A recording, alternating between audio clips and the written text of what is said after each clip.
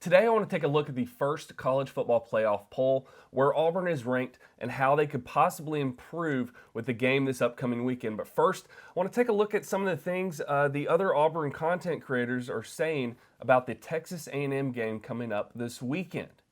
Let's go ahead and take a look at some of this in-depth analysis. Great, actually. I'm just learning how to make a calzones. Okay. That's hilarious.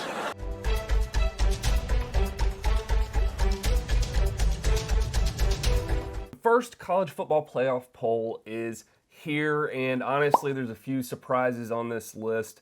Mainly, if we look at the top four, I've got some questions about it. Obviously, Georgia being at number one is no surprise. They've been dominant this whole season.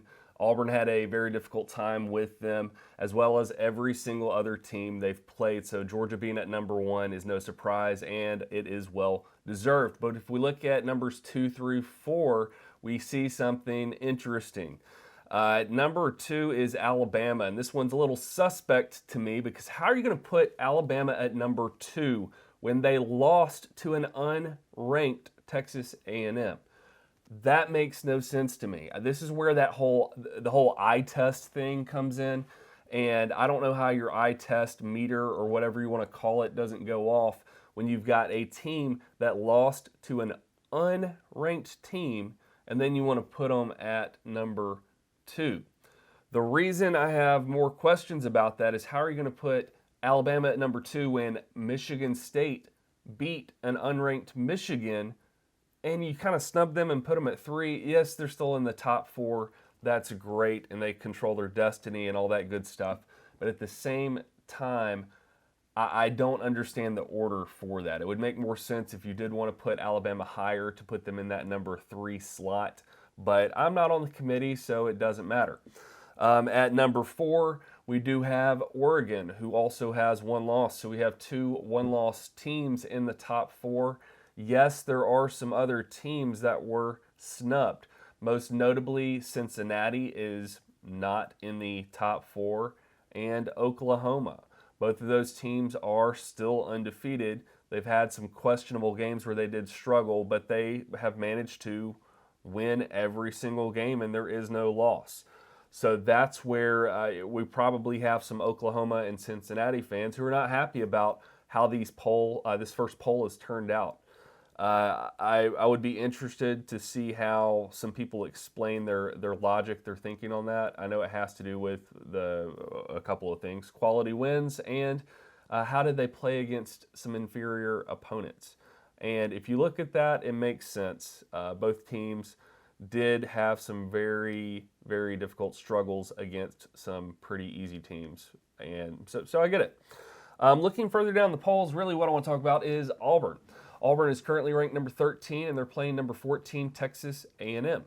And the question for me is if you look at, who's above Auburn, because obviously we want to move up in the polls and have the best chance we possibly can have at moving up there and getting a shot at the playoffs, there is something interesting happening this weekend.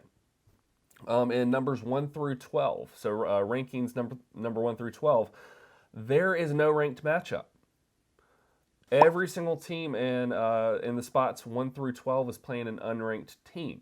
And what that tells me is we're probably not going to see a whole lot of movement in those top 12 spots. That's a little concerning for me, and I may be wrong, and the committee may judge some things differently. But the only ranked matchup we have in the top 14 teams is number 13 versus number 14, Auburn versus Texas A&M.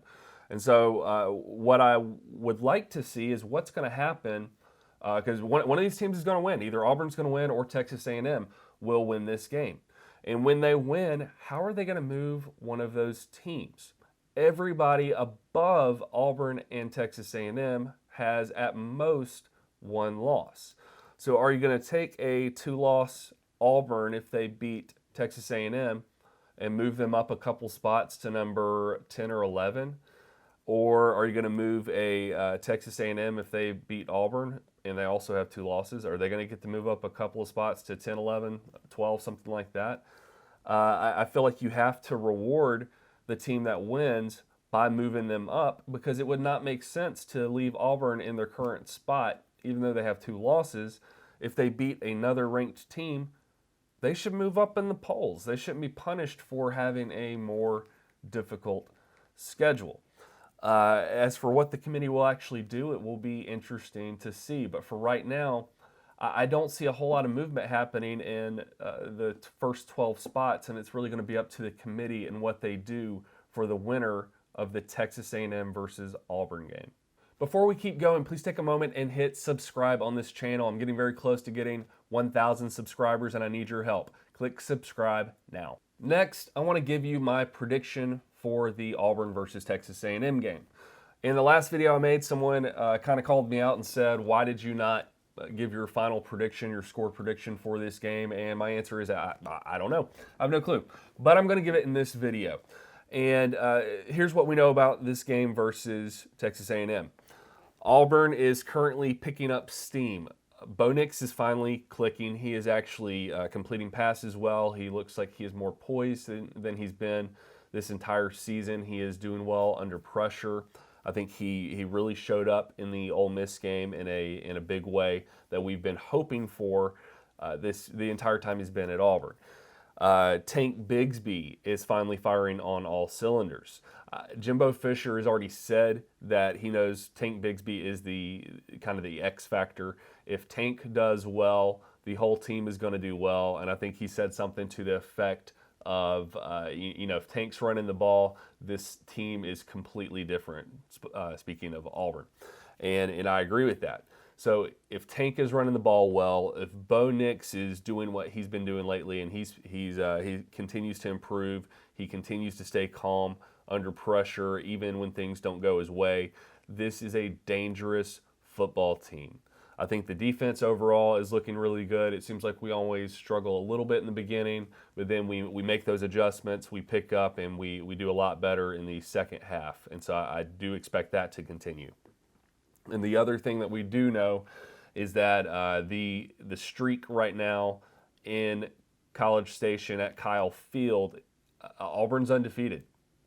Under Gus Malzahn, Auburn is undefeated at College Station at Kyle Field, and I do not expect Brian Harsin to break that streak. Yes, I know some of you are going to say this Texas A&M team is better. They're better than they were at the beginning of the season. Yeah, I get that. Inexperienced quarterback now has a lot more experience in Calzada, and I think it's going to be a tough game. I don't think this is going to be one that Auburn can easily win, but I do think we have a good chance at winning it. I think this one will be close down to the very end. I don't see either team running away with the score. Could be wrong with this, but we'll see what happens. But I think Auburn will rise to the occasion. The reason I say that is look how they've played so far this year in opposing stadiums in difficult environments. At Penn State, that's a tough crowd. That's a tough situation when you're at a night game whiteout. And even though they did not win, they kept the game close. Now, progressing further into the season, we've not won at Death Valley since 1999 up until 2021. So that streak has been broken, thank goodness. That's one of the best things Brian Harsin's done so far, is to help us get that win at Death Valley against LSU. Even though LSU is not that great of a team this year, we still have had a very difficult time when we've played in their stadium. And because of those harsh environments, those difficult environments, I do think Auburn stands a very good chance at keeping the streak alive at Kyle Field, and I'm looking forward to a victory in College Station. As for my final prediction for the score, I'm going to go with Auburn 31, Texas A&M 24. If you did not get enough of me ranting and raving about Texas A&M versus Auburn, you can go ahead and click right here to see more.